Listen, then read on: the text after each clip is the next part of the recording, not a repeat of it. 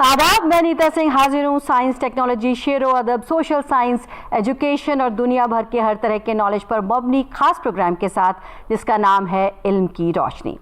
आज के इस प्रोग्राम में हम बात करेंगे मार्केटिंग और ब्रांडिंग एजुकेशन की, जो आज के दौर में करियर बिल्डिंग, बिजनेस ग्रोथ और ग्लोबल अपॉर्चुनिटीज़ का एक बेहद अहम जरिया बन चुकी है। डिजिटल इकॉनमी के इस दौर में सिर्फ अच्छा प्रोडक्ट होना ही काफ़ी नहीं, बल्कि उसकी सही तरीके से उसे मार्केट करना और एक मजबूत ब्रांड के तौर पर पेश करना उतना ही ज़रूरी हो गया है। यही वजह है कि मार्केटिंग और ब्रांडिंग की पढ़ाई आज स्टूडेंट्स के बीच तेज़ी से पॉपुलर हो रही है।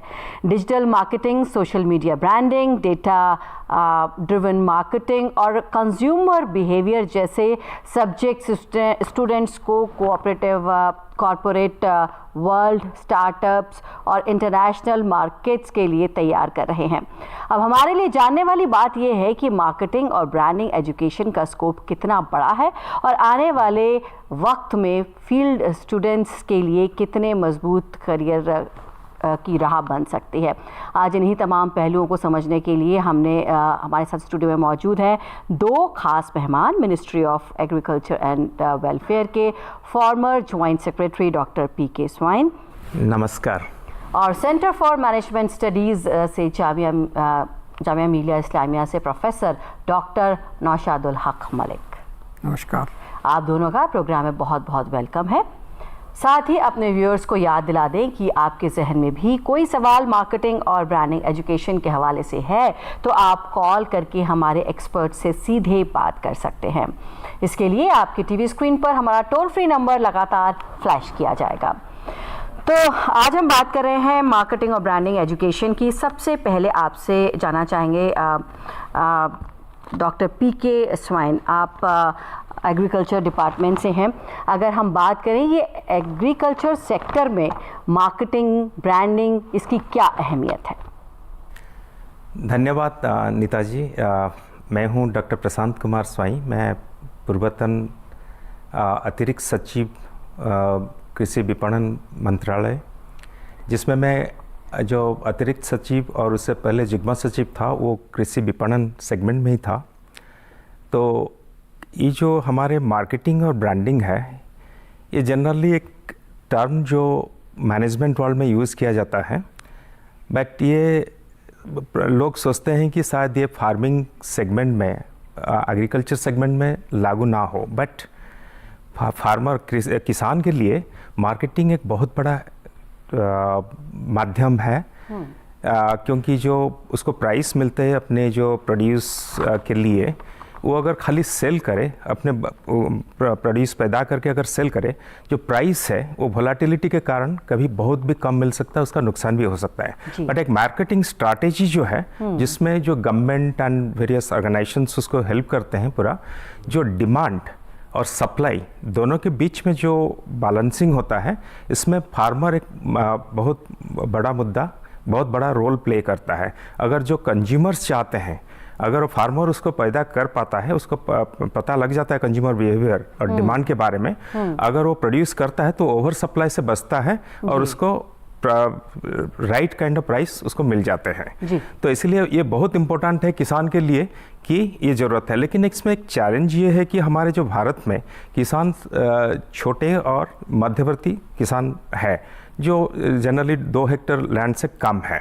तो इसके कारण उनके जो पैदावार कम होता है वॉल्यूम में, इसके लिए डेफिनेटली मार्केट से बहुत बड़ा चैलेंज आता है। लेकिन अगर वो किसान एक सामूहिक गोष्ठी बनाते हैं, कोऑपरेटिव कहिए या फार्मर प्रोड्यूसर ऑर्गेनाइजेशन, जिसको किसान उत्पादक संगठन कहिए, जो अगर मिल के करते हैं तो इनका शक्ति इतना बढ़ जाता है मार्केट के साथ निगोशिएट करने का, तो उनको मार्केटिंग में बहुत बढ़िया फ़ायदा मिल जाता है। और ये संगठन भी अपना प्रोड्यूस को, जो मेंबर्स के जो सारे प्रोड्यूस इकट्ठा करके एक बहुत बढ़िया ब्रांडिंग कर सकते हैं। तो इसमें क्वालिटी में, इसमें प्रोड्यूस के गुणवत्ता में, और इसके जो पैकेजिंग में, और इसके जो सेल्फ लाइफ वगैरह इत्यादि इत्यादि, इसमें ये लोग बढ़िया से कर सकते हैं। जो वैल्यू ऑफ द प्रोड्यूस को उन्होंने प्रोजेक्ट करके एक ट्रस्ट, कंज्यूमर्स का ट्रस्ट गेन कर सकते हैं, जिसमें ये कनेक्ट कर सकते हैं लॉन्ग टर्म में। जी बिल्कुल। डॉक्टर पीके स्वाइन, आपने बताया कि अगर हम एग्रीकल्चर सेक्टर की बात करें तो कितनी क्या इम्पोर्टेंस है मार्केटिंग और ब्रांडिंग की। डॉक्टर नौशादुल, आपसे समझना चाहेंगे कि जिस तरह से globalisation of the Indian economy हो रहा है और एडवांसमेंट ऑफ टेक्नोलॉजी है, मार्केटिंग और ब्रांडिंग की अहमियत की अगर हम बात करें तो क्या कहेंगे आप? मार्केटिंग, जैसा कि आप लोग जानते हैं नीता जी, ये marketing is the satisfaction of human needs and wants. सबसे पहले जो क्या डिमांड है, लोग क्या समझ रहे हैं, हमें एक कंज्यूमर बिहेवियर समझना पड़ेगा।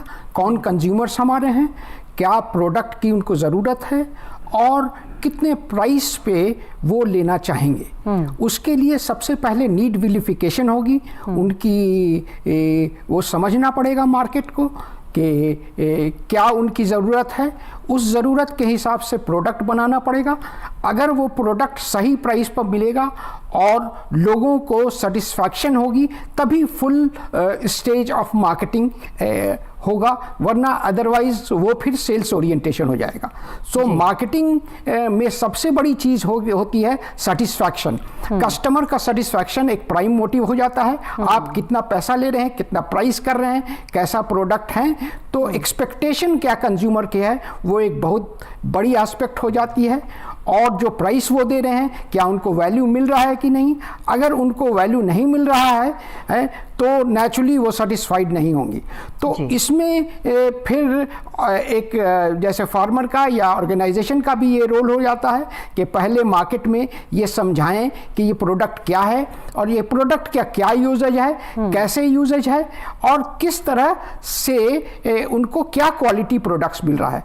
तो उसके लिए सेगमेंटेशन करना पड़ता है। आप कस्टमर को सेगमेंट करेंगे, जैसे लोअर क्लास है, मिडिल क्लास है, तो उन्हें समझाना पड़ेगा कि उसकी क्या यूटिलिटी है, क्या बेनिफिट है। उसी हिसाब से प्राइस फिक्सेशन की जाएगी और जो है वो प्रोडक्ट तो उसी हिसाब से, जैसे लोगों को समझाना पड़ेगा कि आपकी और दूसरे प्रोडक्ट्स में क्या डिफरेंशिएशन है, तो लोगों को समझ में आएगा कि यूएसपी क्या है। यूएसपी के बेसिस पर आप प्राइस फिक्सेशन करेंगे।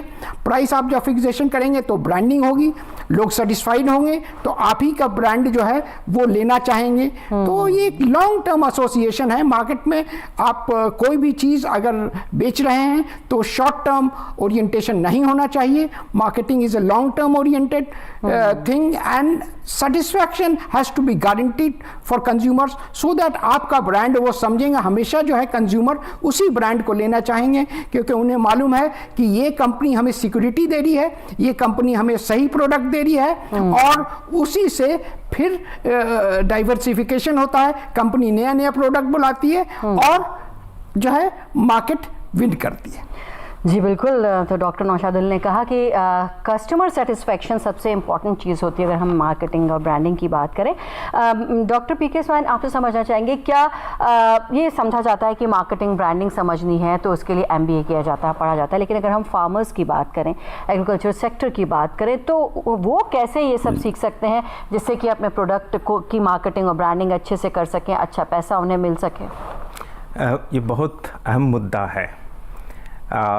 जैसे कि प्रोफेसर मलिक ने बताया है, मार्केटिंग एक सेटिस्फैक्शन का है। मैं थोड़ा सा वहाँ से हट के भी बताऊंगा इसके बारे में, जो इंडियन फार्मिंग सेक्टर में कैसे ये आता है और कैसे फार्मर को इसमें ट्रेनिंग दिया जाता है।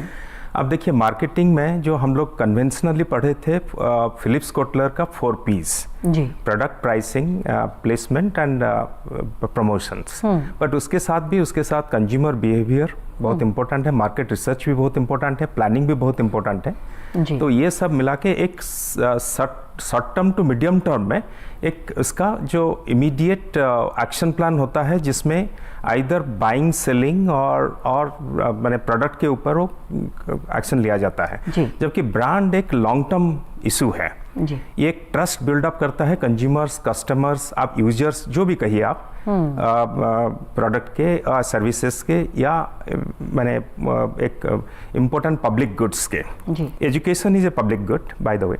तो ये जो इशू है, इसमें 2 तरह के हैं। एक शॉर्ट टू मीडियम टर्म है मार्केटिंग स्ट्रैटेजी, जिसमें फार्मर, जो हमारे किसान हैं, स्मॉल एंड मार्जिनल फार्मर में, उनको भी प्रॉपर वैल्यू मिलना चाहिए, प्राइसिंग मिलना चाहिए, और at the same time consumers को भी सेटिस्फैक्शन होना चाहिए, जो प्रोडक्ट चाहते हैं वही प्रोडक्ट राइट टाइम में राइट प्लेस में मिल जाए। तो ये दोनों को मैच मेकिंग बहुत इंपॉर्टेंट है। सिमिलरली जब ये हम आगे बढ़ते हैं, जो कंपनीज एग्री बिजनेस कंपनीज है, फूड प्रोसेसिंग कंपनीज है, they developed a branding because food processing segment not only in domestic but internationally भी ये जाते हैं जी। जबकि किसान हमारे लोकल सिस्टम में रहते हैं जनरली। बड़े किसान होगा तो थोड़ा और दूर तक चले जाते हैं, या ऑर्गेनाइजेशंस लाइक एपीओ होंगे या फेडरेशंस होंगे, वो पूरा ऑल इंडिया बेसिस में भी डील कर सकते हैं। बट जो कंपनीज है एग्री बिजनेस कंपनीज पूरा इंटरनेशनल मार्केट में भी प्ले करते हैं। तो इसलिए दो तरह के यहाँ पे मार्केटिंग ब्रांडिंग इशूज़ है, जबकि कंपनीज पर्सपेक्टिव में जो है, जो प्रोफेसर मलिक ने बताया वो बहुत वैलिड है, जबकि फार्मर पर्सपेक्टिव से इसको जब देखा जाएगा मार्केटिंग और ब्रांडिंग, इसको एजुकेट करना बहुत इम्पोर्टेंट है। अब भारत में जो किसान है वो शायद वो इतना ग्रेजुएट नहीं है कि एग्रीकल्चर में ग्रेजुएट ना हो, या ऐसे भी ग्रेजुएट ना हो, या पोस्ट ग्रेजुएट ना हो, या स्कूल करके भी खेती करते हैं, तो उनको सिखाना बहुत ज़रूरी है। इसलिए सरकार का एक बड़ा कदम होता है कि कैसे उनको सिखाया जाए। इंडिया में प्राइवेट सेक्टर अभी एंटर कर रहा है इसमें, बट ये मेजर योगदान जो है वो गवर्नमेंट के है। और इसमें जो है हमारे बहुत सारे ट्रेनिंग इंस्टीट्यूट्स है, केवीकेज है, कृषि विज्ञान केंद्रज है, और ट्रेनिंग इंस्टीट्यूट्स है, और मैनेजमेंट कॉलेजेस भी है, जिसमें हर तरह की चीज़ें, फार्म स्कूल्स हम क्रिएट करते हैं, जिसमें हम प्रोडक्ट जो हमारा प्रोड्यूस है, लाइक मान लीजिए पैडी हो, धान हो, गेहूँ हो, वेजिटेबल्स हो, फ्रूट्स हो, इसके चारों तरफ वो पैकेजेस और प्रैक्टिसेस बनाते हैं, तैयार होता है। जो हमारा ICR जो है, Indian council of agriculture research, एक बहुत बड़ा इंस्टीट्यूट है गवर्नमेंट के, माने ऑर्गेनाइजेशन है गवर्नमेंट के, प्रॉब्ली एशिया में one of the best organisation आप कह सकते हैं, जिनमें मोर देन 100 इंस्टीट्यूट्स है जो डिफरेंट टाइप्स के रिसर्च करते हैं, डिफरेंट टाइप्स ऑफ एडवांसेस करते हैं एग्रीकल्चर में, कृषि क्षेत्र में, और ये सब पैकेज ऑफ प्रैक्टिसेस सब बनाते हैं। तो इसको सरकार के वेरियस इंस्टीट्यूशंस के थ्रू, KVK कहिए, ट्रेनिंग इंस्टीट्यूट्स कहिए, MBA स्कूल्स कहिए, या फार्म स्कूल्स कहिए, उसके जरिए में हम जो लोकल कम्युनिटी है वहाँ पे किसान भाई और बहन को इकट्ठा करके इस पैकेज ऑफ प्रैक्टिसेस के बारे में पूरा ट्रेनिंग दिया जाता है, हैंड होल्डिंग किया जाता है। वो डिस्ट्रिक्ट में जो आप जानते हैं कि एग्रीकल्चर एक स्टेट सब्जेक्ट है, तो इसलिए राज्य सरकार का एक बहुत बड़ा रोल रहता है इसको मैंने फार्मर को ट्रेनिंग करने में, एजुकेट करने में, इनपुट सप्लाई करने में, और उसका मार्केट में हेल्प करने में। और भारत सरकार उसको बहुत सारे सपोर्ट देते हैं, क्रिटिकल सपोर्ट्स देते हैं। तो इसमें जो ट्रेनिंग होता है, जैसे KVK सेंटर है फॉर एग्जांपल, वहाँ पे KVK में जो हमारे साइंटिस्ट है, they are very well trained scientist, सारी चीज़ों में, फ्रॉम प्रोडक्शन से लेके, पेस्ट कंट्रोल से लेके, फर्टिलाइजर एप्लीकेशन से लेके, बिकॉज ये एक एग्रीकल्चर एक साइंस भी है, एक आर्ट भी है, एक मैनेजमेंट भी है, तीनों चीज़ों को वो ब्लेंडिंग करता है। और ये बहुत हाई लेवल ब्लेंडिंग होता है, जो फार्मर्स ट्रेडिशंस लेके आते हैं, जो फैमिली ट्रेडिशंस लेके आते हैं फार्मिंग, बट साइंटिफिक मेथड में उसका प्रोडक्टिविटी बढ़ाते हैं। मैनेजमेंट भी हम देते हैं, जब वैल्यू एडिशंस करते हैं, मार्केटिंग करते हैं। तो ये तीनों चीज़ें KVK में भी सिखाते हैं, फार्म स्कूल में भी सिखाते हैं। ये गवर्नमेंट सपोर्टेड होता है, वेरियस ट्रेनिंग इंस्टीट्यूट से सिखाते हैं, गवर्नमेंट सपोर्टेड ट्रेनिंग इंस्टीट्यूट्स, और MBA कॉलेजेस में भी वो फील्ड में जाके वो फार्मर को सिखाते हैं। और उसके साथ साथ जो APMCs है, जो हमारे एग्रीकल्चर प्रोड्यूस मार्केटिंग कमिटीज है, लगभग 7000 मार्केट्स है, होलसेल मार्केट्स इंडिया में है, जो स्टेट गवर्नमेंट के जो मार्केट्स है, वहाँ पे भी फार्मर को शिक्षा दिया जाता है। और एग्रीकल्चर में बहुत सारे इनोवेशंस आते हैं, बहुत सारे, मतलब scientific, because it's a science area, technology area, तो इसमें बहुत प्रकार के साइंटिफिक पैकेजेस आते हैं, साइंटिफिक इनोवेशंस आते हैं, जैसे ड्रोन्स आया, अभी नाउ AI आ रहा है, IoT आ रहा है, सो बहुत तरह तरह की चीज़ें आ रहे हैं। तो उसको भी हमें फार्मर्स के पास सरकार लेके जाते हैं, इस पैकेजेस के थ्रू जो पैकेज ट्रेनिंग पैकेजेस बनता है उसको लेके जाते हैं, हैंड होल्ड करते हैं, और डिस्ट्रिक्ट एग्रीकल्चर ऑफिसर से, ब्लॉक लेवल एग्रीकल्चर ऑफिसर से, जो इनको पूरा डेमोन्स्ट्रेशन देते हैं फील्ड में, सिखाते भी हैं, उसके बाद फील्ड डेमोन्स्ट्रेशन देते हैं, हैंड होल्ड करते हैं पूरा entirely.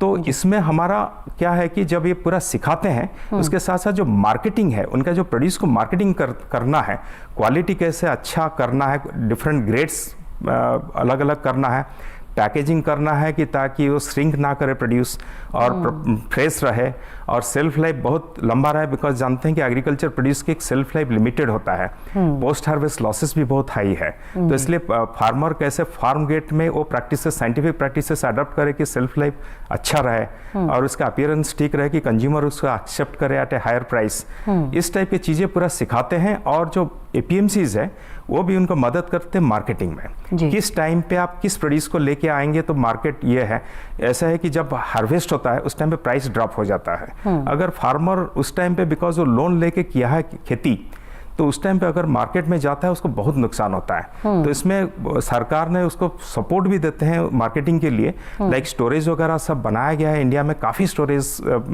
Grain storage, vegetable storage, cold storage सब बनाया गया है, जिसके कारण फार्मर उसको यूटिलाइज करते हैं और थोड़ा लेट के बाद जब प्राइस बढ़ने लगता है, ठीक से मार्केट पिकअप करता है, तब उसको सेल करते हैं। तो वो एक मार्केटिंग स्ट्रैटेजी का एक बहुत बड़ा मुद्दा ये होता है। और उसको एक फ्रॉम लोकल टू इंटरनेशनल, ये सरकार भी अभी कोशिश कर रहे हैं कि जो लोकल पैदावार, जैसे कि हमारा हिमाचल में एप्पल है, अच्छे एप्पल है, तो ये हम जब लेके जाते हैं, ये भी मिडिल ईस्ट जाता है, ये एशियन रीजन में भी जाता है, तो उसको जो सप्लाई चेन है उसके ऊपर भी पूरा वैल्यू चेन जो है वो फार्म गेट से भी उसको ट्रेनिंग दिया जाता है। तो सरकार काफ़ी बड़ा रोल कर रहे हैं। और कुछ एग्री बिजनेस कंपनीज है जो जिस कमोडिटी में उनका इंटरेस्ट है वो भी आते हैं फील्ड में, जैसे बड़े बड़े कंपनीज हैं इंडिया में, आईटीसी, रिलायंस वगैरह, वो भी फील्ड में फार्मर को ट्रेनिंग देते हैं, फ्रॉम सीड से लेके हार्वेस्टिंग, पोस्ट हार्वेस्ट मैनेजमेंट तक पूरा ट्रेनिंग देते हैं, ताकि प्रोड्यूस जो है इंटरनेशनल मार्केट में उसका एक वैल्यू रहे, aggregation, value addition, packaging, transmission, ये सब रहे। तो इसलिए इसके साथ साथ जो एपीओज है उनको भी इन्वॉल्व किया जाता है फील्ड में, ताकि एपीओ जब सामूहिक रूप में आ जाते हैं तो अपने काफ़ी प्रोड्यूस पैदावार काफ़ी माने एग्रीगेट करते हैं, वैल्यू एडिशंस करते हैं, स्टोरेज करते हैं, तो बड़े कंपनी के साथ डील करते हैं, तो अपना ब्रांडिंग भी शुरू कर देते हैं। तो कई जगह पे आप देखेंगे एपीओ के नाम पे भी प्रोड्यूस काफ़ी अच्छे से जा रहे हैं, not only Indian market, but कुछ एपीओ ऐसे भी हैं भारत में जो इंटरनेशनल मार्केट में भी जाने जाते हैं जी। जैसे अमेरिका में फॉर एग्जांपल, मैं कैलिफोर्निया में काफ़ी मतलब गया हूँ यूएसडीए के साथ, तो वहाँ पे देखा कि कुछ फार्म्स के जो प्रोड्यूस है एकदम सुपरमार्केट में उस फार्म के नाम पे बेचते हैं, इंडिविजुअल फार्म। इंडिया में पॉसिबल नहीं है, बिकॉज वहाँ पे जो फार्म के जो साइजेस है वो 400 एकर्स है, बट इंडिया में अगर देखेंगे तो 1 हेक्टर के आसपास है, तो इसीलिए वो स्केल ऑफ डिफरेंस काफ़ी है, तो पैदावार का भी डिफरेंस है। तो इसीलिए इंडिया में जब एपीओ आते हैं, कोऑपरेटिव आते हैं, ये फिर वो इंडिविजुअल फार्मर जो वेस्टर्न कंट्रीज में उस टाइप के रोल कर सकते हैं। So that is where the branding comes into picture, बिल्कुल, and good pricing for their member farmers. तो ये एक्चुअली स्ट्रैटेजी जो गवर्नमेंट उनको सपोर्ट कर रहा है, अभी नाउ प्राइवेट ऑल्सो इसमें धीरे धीरे आने लगे हैं जी। तो ये सब सारे जैसे इंडिया आगे बढ़ रहा है, कदम रखा है, पर्टिकुलरली हमारे जो मोदी सरकार है, मोदी जी हैं, ये काफ़ी ये फार्म सेक्टर में ध्यान दे रहे हैं, फार्मर के हित, फार्मर के प्रगति और मेक इन इंडिया, ये सब में जो ध्यान दे रहे हैं, इसमें अभी काफ़ी स्टार्टअप्स भी उन्होंने, उनके कारण, मोदी जी के कारण एग्री स्टार्टअप्स भी काफ़ी ग्रो हो गए हैं, एपीओज, एग्री स्टार्टअप्स, ये सब सारे आगे आ गए हैं। डॉक्टर स्माइल, आपने बहुत डिटेल में बताया कि किस तरह से गवर्नमेंट जो है वो फार्मर्स को सपोर्ट कर रही है, कैसे उन्हें ट्रेनिंग दी जाती है, कैसे value addition, storage, packaging, branding उनको सिखाई जा रही है, ट्रेनिंग दी जा रही है और गवर्नमेंट की मदद उन्हें मिल रही है। डॉक्टर नौशादुल, आपसे समझना चाहेंगे, अगर हम इन जनरल बात करें, जो लोग भी अपना करियर बनाना चाहते हैं मार्केटिंग, ब्रांडिंग में, और चीज़ें काफ़ी बदल चुकी हैं, डिजिटल मार्केटिंग आ गई है, ई कॉमर्स की अगर हम बात करें, तो अगर कोई करियर बनाना चाहता है तो क्या करना होगा उसे? आप सही कर रहे हैं, करियर इन एरियाज़ में बहुत ज़्यादा डाइवर्सिफाई कर रहा है, नई नई चीज़ें आ रही हैं।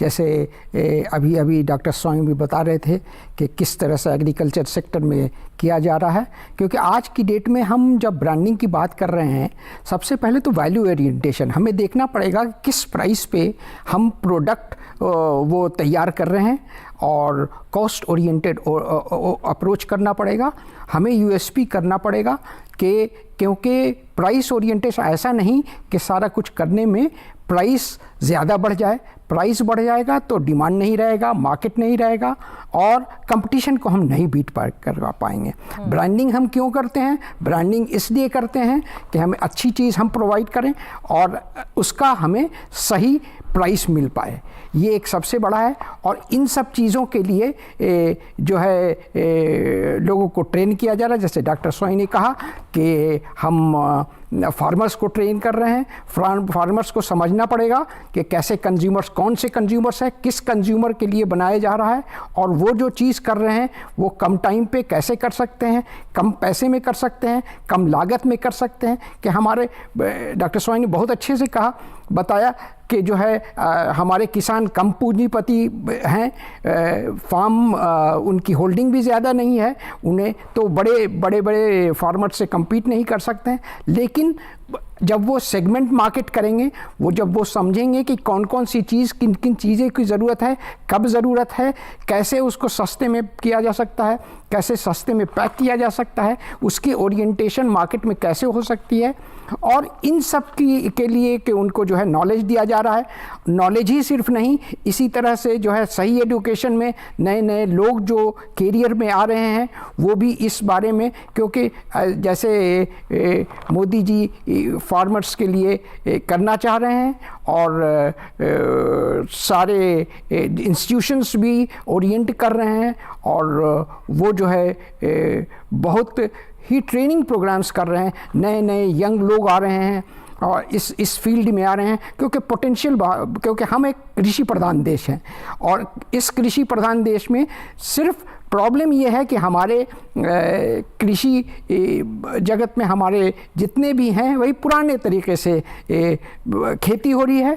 तो अगर हम मॉडर्न तरीका यूज़ करें और उससे फार्मिंग को भी ज़्यादा से ज़्यादा जो है ट्रेनिंग दी जा रही है और नए लोग जब आएंगे, नए लोग, तो कंट्रैक्ट फार्मिंग एक बहुत नया एरिया डेवलप हुआ है ऑल ओवर दी वर्ल्ड भी। और ये एक कोऑपरेटिव फार्मिंग अगेन वो भी एक बहुत बड़ा, जैसे डॉक्टर सोनी ने भी कहा, कोऑपरेटिव फार्मिंग एक बहुत बड़ा है मुद्दा है। और इन चीज़ों में अगर कंट्रैक्ट फार्मिंग होगा तो कुछ चीज़ें जिसमें महारत फार्मर्स का है वो अपने खुद से करेंगे, और दूसरी चीज़ जब नए लोग नई शिक्षा लेकर के नए तकनीक से, जैसे डिजिटल मार्केटिंग से, ई कॉमर्स से, बड़े रिटेल फॉर्मेट से जब जुड़ेंगे और बड़े स्टोर्स जब जुड़ेंगे तो उसमें क्या है कि मार्केटिंग डाइवर्सिफिकेशन आएगा,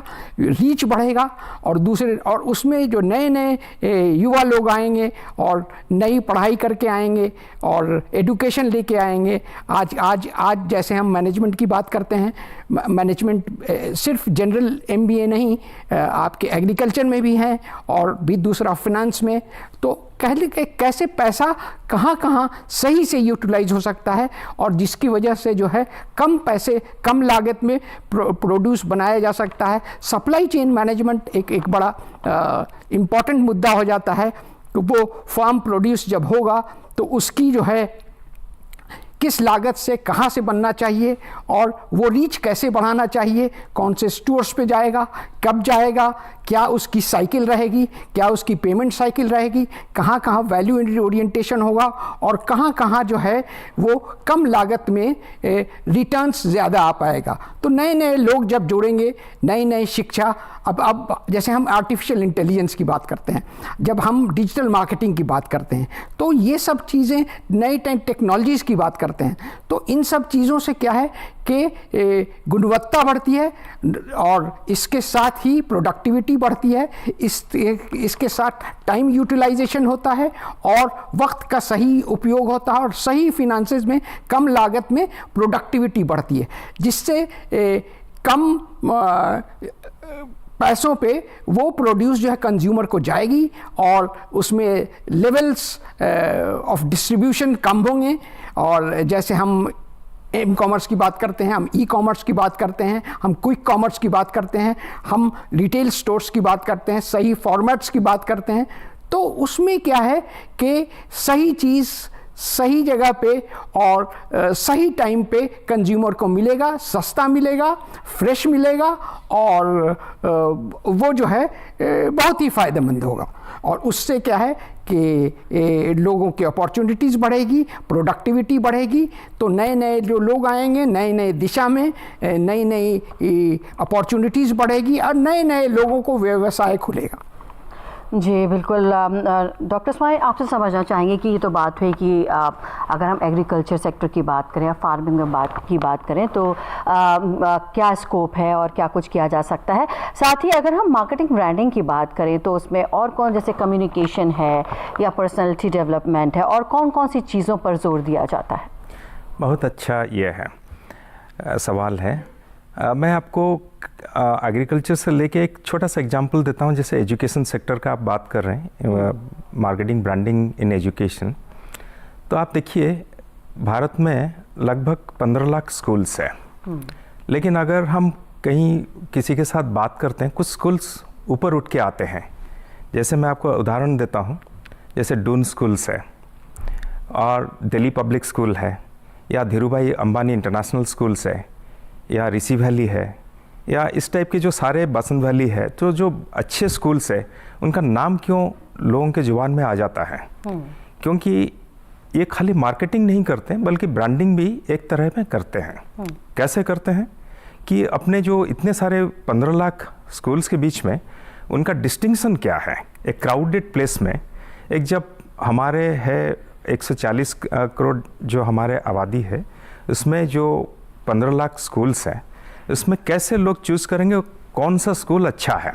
तो उनका जो ब्रांडिंग है स्कूल्स के, वो डिस्टिंक्शन स्कोर वैल्यू को लेके आते हैं। क्या क्वालिटी है, इनहेरेंट क्वालिटी क्या है, और ट्रस्ट क्यों करेंगे उनको लॉन्ग टर्म में, ये लेके आते हैं। तो उनका जितने भी सारे कम्युनिकेशंस देखेंगे उसमें ब्यूटीफुली, वेदर डिजिटल मार्केटिंग करते हैं, ई मार्केटिंग करते हैं, ईमेल करते हैं, या सोशल मीडिया में करते हैं, या स्मार्ट मार्केटिंग करते हैं, तो सारे में इस वैल्यूज़ को उन्होंने प्रोजेक्ट करते हैं ताकि parents, students, industries, everybody comes to know कि ये स्कूल जो है इसके कुछ वैल्यू सिस्टम जो है बहुत यूनिक है, यूनिक प्रोपोजिशन है पूरा क्राउड के अंदर। तो इसलिए हम वहाँ पे जाएंगे। इंडस्ट्री के लिए होता है कि मैं वहाँ से प्लेसमेंट क्यों करूँ, क्योंकि वहाँ पे एक वैल्यू है, जो स्टूडेंट्स निकलेंगे वो बहुत इंपॉर्टेंट है।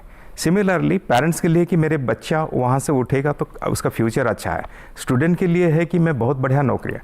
इस टाइप के अगर हम फार्मिंग सेक्टर में चलें तो आप देखिए, मैं आपको पहले ही बताया था कि जैसे है एग्री बिजनेस इंडस्ट्रीज़ है, फूड प्रोसेसिंग इंडस्ट्रीज़ है, फिर there are aggregations like एपीओज, cooperatives है, फिर आप एक साइड में गवर्नमेंट है और जो एक्टर्स है, प्लेयर्स है, और एक साइड में हमारे फार्मर्स है। जो टोटल फार्मर है लगभग, अब मान लीजिए 14 करोड़ फार्मर है, तो उससे 86% जो है स्मॉल एंड मीडियम फार्मर्स है। तो ये जो बड़ा समुदाय है 86% फार्मिंग कम्युनिटी, उनके लिए भी ब्रांडिंग इम्पोर्टेंट होता है, बिकॉज इंडिया के क्लाइमेटिकली जो मैंने सॉइल एंड क्लाइमेट टाइप बहुत डाइवर्सिफाइड है और डाइवर्सिफाइड प्रोडक्ट्स प्रोड्यूस है। लगभग आप 300 different kind of agri produce हमारे देश में होता है, जो पृथ्वी में भी एक, विश्व में भी एक बहुत बड़ा डाइवर्सिफाइड प्रोडक्ट बास्केट है। हम आज फूड ग्रेन्स में सेल्फ सफिशिएंट हो गए हैं, जो राइस, व्हीट, दाल में, पल्सेस में हम सेल्फ सफिशिएंट है। अभी हॉर्टिकल्चर प्रोड्यूस भी काफ़ी तेज़ी से बढ़ रहा है। तो इस क्राउडेड मार्केट में जब ये प्रोड्यूस बहुत है, वॉल्यूम है, बहुत सारे प्रोड्यूस है, और कंज्यूमर्स का नीड है, कंज्यूमर्स भी बहुत है, 140 करोड़ जनता है, और इसके बाद फॉरेन में भी डिमांड है इसका। तो इसमें एक ब्रांडिंग करना बहुत ज़रूरी है जी। तो इसीलिए जो अगर जो बड़े फार्मर्स तो कर लेंगे अपना, जैसे वेस्टर्न कंट्रीज में होते हैं, छोटे फार्मर्स के लिए जो सामूहिक है, आजकल जो ट्रेनिंग दिया जाता है, गवर्नमेंट भी ट्रेनिंग देता है, प्राइवेट कंपनीज भी ट्रेनिंग देते हैं, तो इसमें वो बताते हैं कि जो क्या प्रोड्यूस करते हैं, जो इसमें क्वालिटी क्या है जी, इसमें गुणवत्ता क्या है, उसमें वैल्यू क्या है, सेल्फ लाइफ क्या है, और इसमें खाने से न्यूट्रिशन वैल्यू क्या है। Nutrition is a very important component of food security में। तो वो सब जब बताते हैं तो ऑब्वियसली जो हमारे कंज्यूमर्स हैं उनको वो अट्रैक्ट करता है, और अगर वो रिलायबिलिटी, कंसिस्टेंसी रहता है उनका प्रोड्यूस में, उस पर्टिकुलर ग्रुप का, तो कंज्यूमर्स वहाँ पे मैंने जैसे लिज्जत पापड़ है, हम क्यों जाते हैं बार बार, क्योंकि उसका नाम पे ही एक ट्रस्ट है, एक ब्रांड ट्रस्ट है, तो हम क्वालिटी के बारे में विश्वास कर सकते हैं। इस टाइप के अभी जो है, अभी हमारे इंडियन फार्मर्स, भारत के जो किसान हैं, वो चल रहे हैं कि एक ब्रांड बनाने के लिए, जब हम सेल्फ सस्टेनिंग फूड ग्रेन्स में ब्रांड बनाएंगे हमारे एप्पल के लिए, ऑरेंज के लिए या बाकी वेजिटेबल्स, भारत जो है विश्व में द्वितीय स्थान में है जो वेजिटेबल प्रोडक्शन में, और फूड प्रोडक्शन में भी द्वितीय स्थान में है ग्लोब में। तो ऑब्वियसली हम जब इतने प्रोड्यूस कर रहे हैं, उसका अगर हम अच्छा ब्रांड लेके चलेंगे इंटरनेशनल मार्केट में, हमारा कोल्ड चेन भी अच्छा आगे, सप्लाई चेन भी बहुत अच्छा इम्प्रूव हुआ है, सरकार बहुत काम किए हैं उसके ऊपर, टेक्नोलॉजी बेस्ड कोल्ड चेन काफ़ी ले आए हैं। तो इसमें किसान को अभी ब्रांडिंग के तरफ से अभी मूव कर रहे हैं, एक मेक इन इंडिया को पोजीशन दे रहे हैं कि इंडिया का जो पैदावार है ये बहुत यूनिक है वर्ल्ड में। तो इसीलिए हमारा जो एक्सपोर्ट अभी आप देखेंगे, ये जो लास्ट 5-6 ईयर्स में जो मोदी साहब के नेतृत्व में काफ़ी एग्री एक्सपोर्ट बढ़ा है, काफ़ी ज़बरदस्त बढ़ा है। तो in fact about 4 years back India got into top 10 agree export country. I mean Mexico पीछे हटा के हम 9th पोजीशन में आ गए, आई थिंक 2022 और समथिंग। तो ये पॉसिबल हुआ है कि हमारा ब्रांड वैल्यू, जो इंडिया का जो ब्रांड वैल्यू है वो एक बढ़ रहा है। एक ऑर्गेनिक प्रोड्यूस है जिसका, इंडिया का जो ऑर्गेनिक प्रोड्यूस है वर्ल्ड मार्केट में इसका एक बहुत बड़ा नाम है, बहुत बड़ा माने विश्वसनीय नाम है। तो इसलिए जो ब्रांड हम लेके जाते हैं, इवन स्टेट्स में भी ऑर्गेनिक के लिए एक एक ब्रांड क्रिएट किया गया है। मणिपुर कहिए, कहीं पे भी कहिए, स्टेट्स अपना ब्रांड क्रिएट कर रहे हैं ऑर्गेनिक में। तो ये सब जो ब्रांड वैल्यू है और माने एग्रीकल्चर से, they are becoming now global brands. तो ये जो 5 ट्रिलियन इकोनॉमी का बात हो रहा है, जो हम अभी काफ़ी आगे बढ़ चुके हैं, तो ये एग्रीकल्चर सेक्टर जो सबसे बड़ा सेक्टर है हमारा, नियरली 55% ऑफ पॉपुलेशन वो डिपेंड करते हैं एग्रीकल्चर में डायरेक्टली और इनडायरेक्टली। तो ये एक ब्रांड वैल्यू हमें आगे लेके जाता है। इसलिए गवर्नमेंट भी अपने ट्रेनिंग इंस्टीट्यूट के थ्रू, KVK के through and other management colleges like national institute of agriculture marketing जो जयपुर में है, एक मैनेज हैदराबाद में, इस टाइप के बहुत सारे है कॉलेजेस, उसके थ्रू गवर्नमेंट भी कोशिश करते हैं कि फार्मर्स और किसान समुदाय को ये शिक्षा दिया जाए कि कैसे करके उसको दिया जाए और कैसे डिजिटल मीडिया यूज़ किया जाए, ईमेल कैसे किया जाए। अपने जो वेबसाइट है, वेबसाइट में भी काफ़ी प्रचार होता है अपने प्रोड्यूस के बारे में, क्वालिटी के बारे में, आउटरीच के बारे में, सप्लाई के बारे में, सप्लाई चेन के बारे में, how they are handling, how inclusiveness is there, मतलब वोमेन पार्टिसिपेशन इसमें है, वो वेबसाइट में भी बता देते हैं कुछ POs।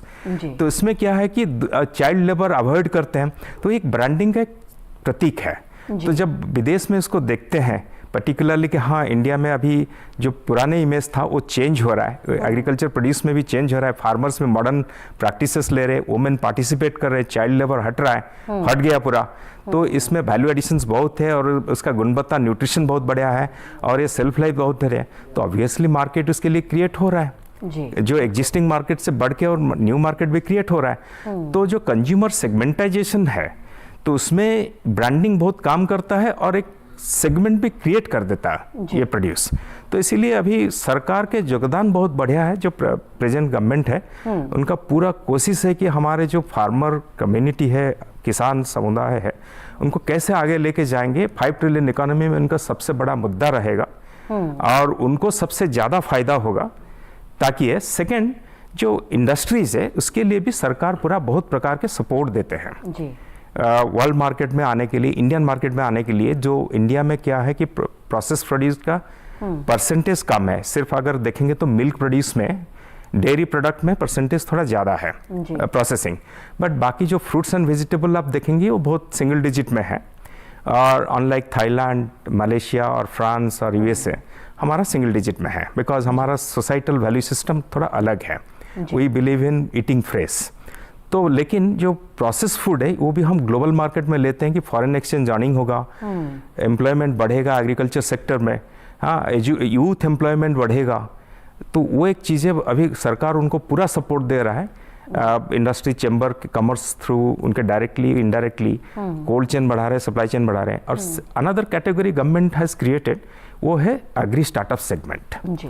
उनको भी अभी हैंड होल्डिंग कर रहे हैं। इंडिया का एक बहुत महत्वपूर्ण भूमिका एग्री स्टार्टअप को उठाने में, कि जैसे फॉरेन में आप देखेंगे इलेक्ट्रॉनिक्स IT सेक्टर में स्टार्टअप्स आ गए, बट इंडिया में जब ये आया e commerce electronics IT segment में, इमीडिएटली उसके पीछे पीछे एग्री स्टार्टअप का सेगमेंट भी स्टार्ट हो गया।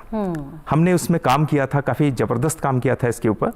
हमने जब ये डायरेक्टर जनरल नियाम में थे, national institute of agriculture marketing Jaipur में भी साइमल्टेनियसली थे जब जॉइंट सेक्रेटरी थे, तब इसको हमने ग्रो करना स्टार्ट किया सरकार की तरफ से।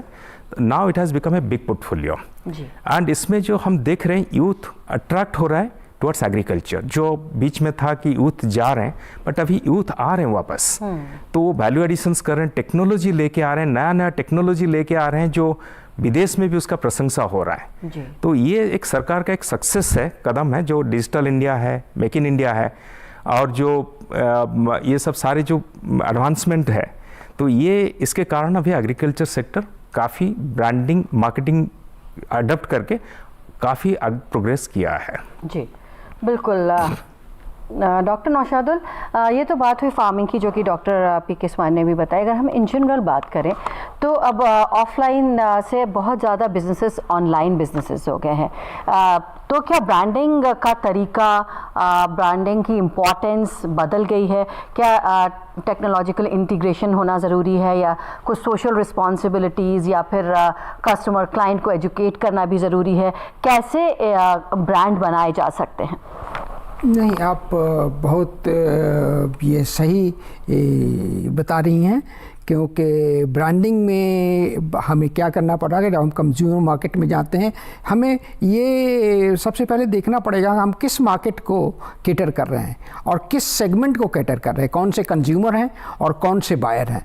तो ये देख करके कि हमें उसी हिसाब से देखना पड़ेगा कि कितनी वैल्यू एडिशन दे सकते हैं, कितने प्राइस मार्केट ले सकती है, उसकी डिमांड किस प्राइस रेंज पे क्या होगी, उसकी फोरकास्टिंग करनी पड़ेगी। उसके लिए डाटाज जो अवेलेबल हैं, हमें मार्केट रिसर्च करना पड़ेगा, हमें कंज्यूमर के बारे में जानना पड़ेगा, वो क्या चीज़ चाहते हैं, उनका एक्सपेक्टेशन क्या है, वो क्या प्रोडक्ट्स यूज़ कर रहे हैं, कैसे यूज़ कर रहे हैं, कहाँ से ले रहे हैं, पूरी उनकी कंज्यूमर बाइंग पैटर्न को समझना पड़ेगा और उनका कितनी चीज़ें, क्या क्या चीज़ें खरीद रहे हैं और क्या क्या कंजम्पशन कर रहे हैं। जैसे फूड प्रोडक्ट्स में आप देखते हैं तो वो कैसी कैलोरीफिक वैल्यू ले रहे हैं, क्या उनकी प्रोटीन इनरिचमेंट के लिए कितना एडवाइजेबल है और क्या वो ले रहे हैं, है ना। तो इन सब चीज़ों के लिए, क्योंकि आजकल लोग हैं सारे हेल्थ कॉन्शियस हो गए हैं, तो एक नया सेगमेंट तैयार हो गया है। डिफरेंट जेन जी है, जेन वाई है, तो डिफरेंट एज ग्रुप्स के लिए, ओल्डर ग्रुप्स हैं, उनको इनटेक लेवल या उनकी जो है कैलोरीफिक लेवल या उनकी प्रोटीन इनटेक वो डिफरेंट है। तो हमें एक स्टडी करना पड़ेगा, रिसर्च करना पड़ेगा कि डिफरेंट इनकम लेवल पे, डिफरेंट सेगमेंट पे, लोअर लेवल पे, मीडियम लेवल पे, हायर लेवल पे सेगमेंट करके समझना पड़ेगा वर्किंग ग्रुप का एक्सपेक्टेशन क्या है, क्या क्या चीज़ कंजम्पशन कर रहा है, क्या खाने का पैटर्न है, कंजम्पशन पैटर्न्स क्या है, बड़े लोगों में क्या है, यंग लोगों में क्या है, बूढ़े लोगों में क्या है, वो मर्द में क्या है, औरत में क्या है, बच्चों में क्या है। तो वो सारा, ताकि वी हैव टू सी, जब विकसित भारत की हम बात कर रहे हैं तो, और हमें ये भी देखना है कि सारे लोग जो हैं वो स्वस्थ हों, और स्वस्थ के लिए जो है ये नहीं, अगर देखिए कि लोगों में डायबिटीज़ बहुत बढ़ रहा है, लोगों में ओबेसिटी बढ़ रही है, तो इन सब चीज़ों में वो देखना पड़ेगा, हमें सेगमेंटेशन करना पड़ेगा। आप देखेंगे, जैसे मान लिया हम कर्ड की बात करें तो उसमें ब्रांडिंग हुई, पहले जनरल कर्ड बिका करता था हमारे कंट्री में, अब नए नए ब्रांड्स आ गए, जैसे एपिजेमिया और ये जो लाइक जो एक स्पेसिफिक उसमें प्रोटीन वैल्यू एडिशन करके वो नया ब्रांड्स लेके आ रहे हैं। उसी तरह हम हर प्रोडक्ट में हमको देखना पड़ेगा कि लोगों को समझना पड़ेगा कि उनकी ख्वाहिश क्या है, उनको टेस्ट लेवल ठीक है, टेस्ट तो एक बहुत बड़ा इंपॉर्टेंट एस्पेक्ट होता है, लेकिन उसमें कैलोरीफिक वैल्यू क्या है, उसकी उससे उनका सेहत कैसे बढ़ रहा है, उनको कौन सी बीमारी हो रही है और उसकी बीमारी का निवारण कैसे करना चाहिए, कौन सा प्रोटीन उन्हें खाना चाहिए। हर लोग अब देखेंगे कि डिफरेंट लोग डिफरेंट तरह से, पहले लाइफस्टाइल अलग था, तो पहले लोग बहुत स्ट्रेंथन अपने आप को होते थे, पैदल चला करते थे। आज की डेट में लोग कम व्यायाम करते हैं, लेकिन और उसकी वजह से लाइफस्टाइल के होने से क्या हुआ कि हमें we are becoming one of the largest country with diabetes. अब लोगों को, लेकिन आप अगर यही देखिएगा, अब धीरे धीरे नए जनरेशन में क्या हो रहा है कि वो समझ रहे हैं कि स्वस्थ रहना उनके लिए फिटनेस एक बहुत बड़ा एक एस्पेक्ट बन गया है। लोग ज़्यादा प्रोत्साहित हो रहे हैं जिम जाने के लिए और वर्कआउट करने के लिए, है ना, और अपने आप को स्वस्थ रखने के लिए, है ना, क्योंकि लोगों को, बहुत सारे लोगों को ब्लड प्रेशर हो जा रहा है, डायबिटीज़ हो जा रहा है, हमारे कंट्री में ओबेसिटी हो रही है। तो इन सब चीज़ों में हमें प्रोडक्ट्स जो भी हम मार्केट कर रहे हैं वो वैल्यू ओरिएंटेशन के लिए हमें नए नए प्रोडक्ट सेगमेंटेशन करना पड़ेगा। यंग लोग क्या चाह रहे हैं, मिडिल लोग क्या चाह रहे हैं, किस प्राइस पे लेंगे, और उनको वैल्यू ओरिएंटेशन उनको बताना पड़ेगा कि जो चीज़ ले रहे हैं उसका क्या फ़ायदा है, और उस फ़ायदे की वजह से हम एक प्राइस एक्स्ट्रा उनसे ले सकते हैं। उन्हें उसका वैल्यू समझ में आएगा कस्टमर को, तो वो जब सेटिस्फाइड फील करेंगे। ऐसा नहीं है कि हम महंगे में भी वो प्रोडक्ट्स बेच सकते हैं, हम मिडिल में भी बेच सकते हैं, हम लोअर लेवल पे। तो जब हम सेगमेंटेशन करेंगे तो सही मार्केटिंग करेंगे और सही ब्रांडिंग का हम फ़ायदा ले पाएंगे। जी बिल्कुल। तो ये बात हुई कि कस्टमर सेटिस्फेक्शन के लिए वैल्यू ओरिएंटेशन बहुत ज़रूरी है, जैसे कि डॉक्टर स्वाइन ने भी बताया कि यूएसपी होनी चाहिए। आपसे ये भी समझना चाहेंगे डॉक्टर स्वाइन कि अगर मार्केट रिसर्च की बात करें तो वो कितना इम्पोर्टेंट है इस सब में? मार्केट रिसर्च बहुत बड़ा इम्पोर्टेंट रोल प्ले करता है। एग्रीकल्चर सेक्टर कहिए या कंज्यूमर इंडस्ट्रियल सेक्टर कहिए, एक मार्केट रिसर्च एक बेसिस बनता है मार्केटिंग का। जो कंज्यूमर बिहेवियर है, कंज्यूमर प्रेफरेंस है, क्या क्वालिटी का प्रेफरेंस है, क्या प्रोडक्ट का प्रेफरेंस है, किस रेंज में प्रेफरेंस है, किस मार्केट में प्रेफरेंस है, और किस एरिया के कंज्यूमर्स को क्या प्रेफरेंस है। अनलेस मार्केट रिसर्च हम करते हैं तो हम मार्केट नहीं समझ पाते हैं, तो हम जो मार्केट करने चलते हैं वो एक्चुअली सेल्स हो जाता है। तो इसलिए करना बहुत ज़रूरी है। और ये अगर मैं एग्रीकल्चर सेक्टर जिसके लिए काम कर रहा हूँ, किया भी हूँ, तो उसको अगर समझना कोशिश करेंगे, मार्केट रिसर्च इसके लिए बहुत इंपॉर्टेंट है। जो बड़े बड़े कंपनीज आज हमारे पास है, देखिए जैसे आईटीसी कहिए, रिलायंस कहिए, या इवन इंडस्ट्रियल प्रोडक्ट सेगमेंट में टाटा कहिए या अदानी कहिए, बिरला कहिए, तो मार्केट रिसर्च इनके पास साथ साथ इनको ग्रोथ पाथ में ले जाता है। जैसे हमारे एग्री बिजनेस कंपनीज है और फूड प्रोसेसिंग कंपनीज है, ये मार्केट रिसर्च करते हैं बोथ इन माने भारत के अंदर और भारत के बाहर, ताकि बोथ डोमेस्टिक मार्केट और इंटरनेशनल मार्केट में कैसे ग्रो करेंगे। बिकॉज जब इंडिया बढ़ रहा है, 5 ट्रिलियन इकोनॉमी की बात कर रहे हैं, तब इन कंपनीज़ को भी आगे बढ़ना है और बढ़ भी रहे हैं। तो ये जब बढ़ रहे हैं तो ये समझ रहे हैं मार्केट में, किस मार्केट में क्या डिमांड है, कैसे डिमांड है, किस प्रकार के डिमांड है। तो ये जो रिसर्च ऑर्गेनाइजेशंस को लगा के ये मार्केट रिसर्च कर रहे हैं। तो सिमिलरली एग्रीकल्चर सेक्टर में भी गवर्नमेंट भी रिसर्च करते हैं। जो रिसर्च ऑर्गेनाइजेशन हमारा आईसीआर है, खुद ही बहुत प्रकार के socio economic and consumer research भी करते हैं। ये खाली प्राइवेट सेक्टर नहीं, गवर्नमेंट भी करते हैं, सेमी गवर्नमेंट ऑर्गेनाइजेशंस भी करते हैं। जो हमारे एजुकेशनल इंस्टीट्यूशन है एग्रीकल्चर सेक्टर में, वो भी खुद ही करते हैं। कोऑपरेटिव कहिए या जैसे मैं national institute of agriculture marketing में था, हम काफ़ी मार्केट रिसर्च हम कराते थे। डिफरेंट प्रोडक्ट्स के डिफरेंट मार्केट्स में हम कराते थे।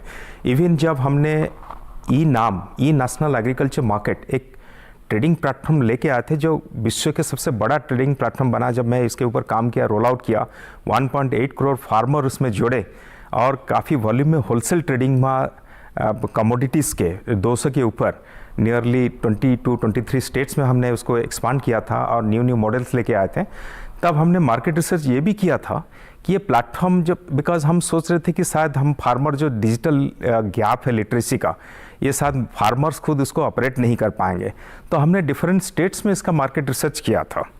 तो इसमें हमें पता लगा कि किस चीज़ों में वो कंफर्टेबल है, किस चीज़ों में उन्होंने कंफर्टेबल नहीं है जो आईटी प्लेटफॉर्म हैंडल करने में। तो हमने फिर उसको वो आईटी प्लेटफॉर्म को मॉडिफाई किया ताकि वो फार्मर फ्रेंडली, यूज़र फ्रेंडली हमने बनाया, ताकि ये फार्मर जो है, हमारे किसान है, गांव में बैठ के अपने प्रोड्यूस अपने मोबाइल से ही बेच सके। मतलब हमने एक नारा दिया था, माई मोबाइल माई मार्केट। वो किसान के लिए, लेकिन होगा कैसे अगर किसान को हम ट्रेनिंग नहीं करते, उसमें नहीं होगा। मार्केट रिसर्च ये पता लगाए, साइकोलॉजी पता लगाए तो कर लिए। सिमिलरली प्रोडक्ट का भी हम रिसर्च करते हैं कि जैसे आप मैडम पता होगा कि इंटरनेशनल ईयर ऑफ मिलेट हमने काम किया था जी। तो उसमें जो था जब ये मिलेट हमारे भारत में काफ़ी प्रसिद्ध था, पहले हम उगाते थे, बट बीच में फिर कम हो गया बिकॉज हमने वो केमिकल फार्मिंग की तरफ चले गए ग्रीन रिवॉल्यूशन से। तो क्या हुआ फिर जब मिलेट्स ख़त्म हो रहा था, इंटरनेशनल ईयर ऑफ मिलेट जो मोदी साहब के नेतृत्व में UN सिस्टम में APO के थ्रू हमने international year of millet launch हुआ था पूरा विश्व में, तब फिर मिलेट के तरफ विश्व का ध्यान आकर्षण हुआ और इंडिया फिर उस लाइन में आया जो मिलेट को सुपर फूड के हिसाब से वो फिर वर्ल्ड में उन्होंने ब्यूटीफुली ब्रांडिंग करके प्लेस किया। जी बिल्कुल। तो ग्लोबल प्लेटफॉर्म पर भी अगर आपको अपना प्रोडक्ट बेचना है तो उसको आप कैसे बेच सकते हैं? रिसर्च ज़रूरी है, USP होनी चाहिए, वैल्यू ओरिएंटेशन होना चाहिए, जैसे कि आप दोनों ने बताया। आप दोनों ने वक्त निकाला, स्टूडियो में आए और मार्केटिंग और ब्रांडिंग एजुकेशन से जुड़ी इतनी अहम जानकारी हमें दी, उसके लिए आप दोनों का बहुत बहुत शुक्रिया। Thank you. नमस्कार। Thank you. तो हमारे दोनों गेस्ट मौजूद थे और आज हम बात कर रहे थे मार्केटिंग और ब्रांडिंग एजुकेशन की। हमने जाना कि मार्केटिंग और ब्रांडिंग के लिए सबसे ज़्यादा ज़रूरी है कस्टमर सेटिस्फेक्शन।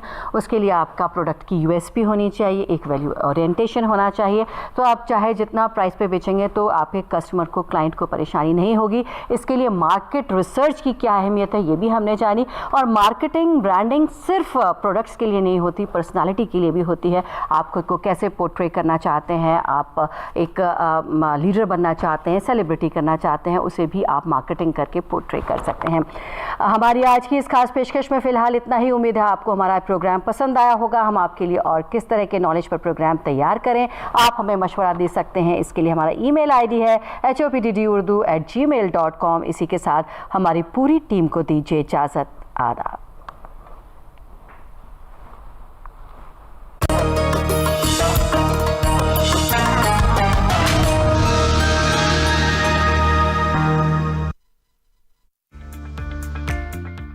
मैंने देखना शुरू किया कि हमारे